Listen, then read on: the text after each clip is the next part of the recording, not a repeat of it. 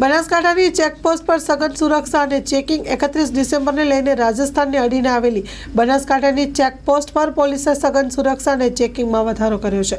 ધાનેરાની નેનાવા, વાસણ, અનાપુરા, થરાદની ખોડા અને પાથાવાડાની ગુંદરી ચેકપોસ્ટ ઉપર હથિયારધારી પોલીસ રાખીને હાલ રાજસ્થાનમાંથી આવતી ગાડીનું ચેકિંગ હાથ ધરવામાં આવ્યું। Story report by Jora Solanki, Banaskantha. હાલમાં મહેરબાન પોલીસ અધિક્ષક સાહેબ શ્રી બનાસકાંઠા નવની સૂચના મુજબ બનાસકાંઠા જિલ્લાની તમામ જે કાયમી ચેકપોસ્ટો આવેલી છે તેના ઉપર અને હંગામી ચેકપોસ્ટો આવેલી છે તેના ઉપર 3 લેયર બંદોબસ્ત ગોઠવવામાં આવેલો છે, જેમાં સ્થાનિક પોલીસ, LCBના પોલીસ જવાનો અને SRP જવાનો મારફતે સઘન વાહન ચેકિંગ કરવામાં આવી રહ્યું છે, જેમાં કોઈ પણ પ્રતિબંધિત વસ્તુ ગુજરાત રાજ્યમાં ન પ્રવેશે તેનું ખાસ ધ્યાન રાખવામાં આવે છે।